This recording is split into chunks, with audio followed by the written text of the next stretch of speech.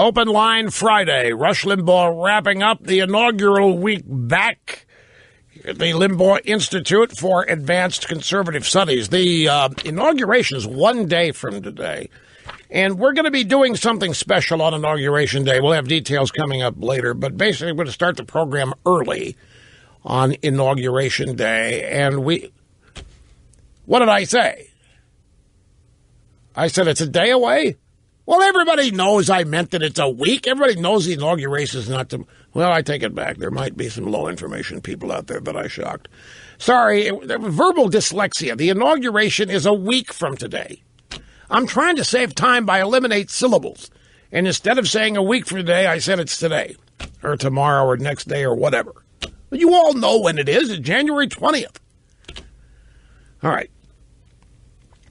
So, this next week, if this past week's been any indication, next week is going to be panic-filled because I think you need to seriously consider that the left is still seriously trying to prevent Trump from being sworn in. They are trying to stop him. They are delusional. They have lost their minds, but they are still engaged in that effort. And they are not going to stop. They have, I think, lost all grounding. It's not just the left, folks. It's anybody in the Washington establishment. You've got Republicans in this group. You've got intelligence community people in this group. You've got all the various cabinet departments. I mean, they're populated still with a bunch of Clinton and Obama people in there. You have elements of the military scared to death that Trump is coming in. I mean, the left has populated the bureaucracy, the judiciary, for decades with career appointees. And so the media is just the face of it. But the entire anti-Trump or the never-Trumper brigades, which are found everywhere, are still at this very moment devoted to the concept of stopping his inauguration. No, I have no idea how. Scandal, the media being able to shame him into resigning, or his cabinet refusing to be seated because he's such a liar. Who knows what they're thinking? Here, let me show you what I'm talking about audio soundbite-wise. We'll start here at number 2. This is on CNN today. CNN is really involved in this effort, by the way. CNN exists now to get rid of Trump. In fact, there's a New York Times story. Don't worry, I will not lose my place. Our old buddy Jim Rutenberg, who's also losing his mind. You know, Rutenberg at the New York Times, we used to like, well, I still like Jim Rutenberg. And even in all of this, Rutenberg has still not treated me unfairly. Rutenberg is one of the few people in the drive-bys that's actually quoted me correctly, consistently, and in context. But Rutenberg is the guy who wrote the piece in the New York Times last August that all journalism now is over as we've known it. Journalism must throw out everything it's ever been and must unify around the concept of denying Donald Trump the presidency. And that was a front-page New York Times story. And since it was the front page of the New York Times, it was a clarion call to the rest of the media to get rid of all the objectivity. So there still is any. Get rid of the objectivity, get rid of the fairness, and totally devote yourself to opinion journalism, the purpose of which is to deny Trump the election. And so they did. But he still won.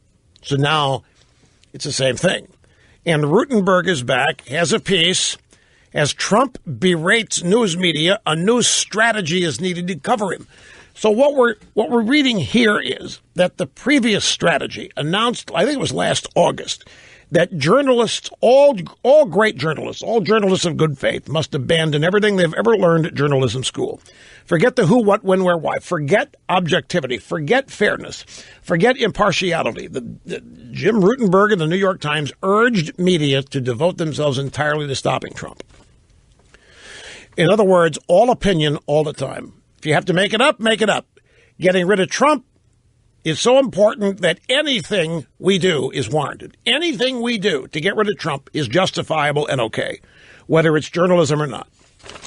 It obviously didn't work. As Trump berates news media, a new strategy is needed to cover him.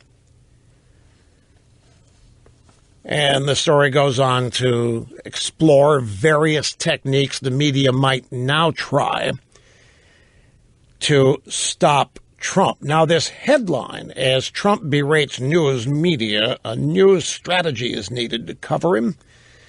That's a misleading headline. They're not interested in covering Trump. The objective is to destroy Trump. And when I say destroy, I mean destroy his presidency, destroy his political career, destroy whatever he hopes to accomplish. Prevent that. They're not interested in covering Trump at all. In the story, our buddy Jim Rutenberg refers to Trump as a master manipulator. Trump didn't manipulate anything. It was BuzzFeed, with the assistance from CNN and Senator McCain, that manipulated facts, made up facts, and exploited a libelous fiction. Trump did not manipulate anything. They call him a master manipulator because they can't figure out a way to destroy him.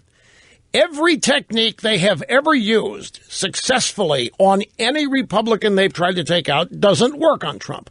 Therefore, in their world, Trump is a masterful manipulator.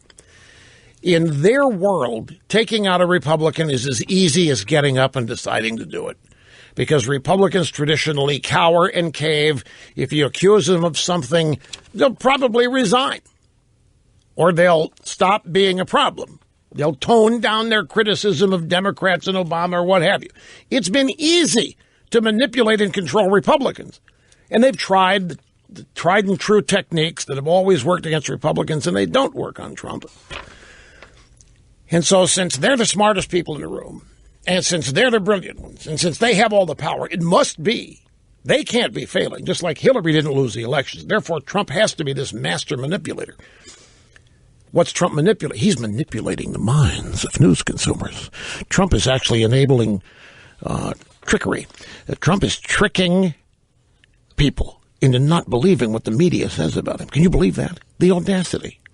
Don't you know that when the media attacks you, you're supposed to sit there and just absorb it? When the media attacks you, that's the rule. When the media attacks you, you use the time-honored decorum of decades and accept it. That's the way it works in the establishment. Media comes after you. Well, you take it. Trump fights back. And in their world, Trump is now convincing people to not believe the media. And to do that, you have to be using tricks. So he's a master manipulator. It wouldn't ever occur to them to actually try to cover Trump with honesty and integrity and objectivity and accuracy. It would never occur to them. Why does it never occur to them? This is the second attempt from Rutenberg at the New York Times to revise journalism, to redefine how it's done. And in neither of these two, shall we say, exposés, in neither of these two instructional documents, is it ever suggested that journalists try honesty, try integrity, try objectivity, and try a little accuracy? No, those are the things being thrown out. Those are the things being discarded. Those things are said to be the problem. We cannot engage. When you start throwing out traditional journalism, that's what it is. Folks, I have to tell you, and I don't want to jinx anything here, but it's been a long time I've had this much fun reading and watching the news. They're a bunch of Wile E. Coyotes. Really is. Everything they try blows up in their face. They're calling the Acme bomb company. They're calling the Acme scandal company. And whatever Acme is delivering them, it blows up in their face. And I love having Trump say, I love seeing Trump say to Jim McCarthy, no, you're not getting a question today, you're fake news. I love it because it's true. Spent a little time yesterday. Why should these people be afforded respect? These time-honored protocols and the decorum and the principles. Why? Why should the victims of this kind of bullying, lying behavior sit there and take it? And be nice about it and accept it. What's wrong with it? It's like the same situation with LL Bean. So you have a woman that donates to Trump. A bunch of sniveling, pajama-clad leftist bloggers organize a boycott against LL Bean. So Trump decides to help LL Bean. And the Washington establishment erupts by saying, you can't pick winners like that. That's not presidential. Presidents don't mention it. It's not picking winners and losers. It's defending a supporter against a boycott. Since when did a boycott become something that's untouchable, unapproachable, and you can't resist it? Every technique they try is being exposed. And I got to take a break now. I want to come back. I'm going to play you some of the sound bites of Hillary Clinton campaign people still maintaining that Trump's election illegitimate. Don't go away.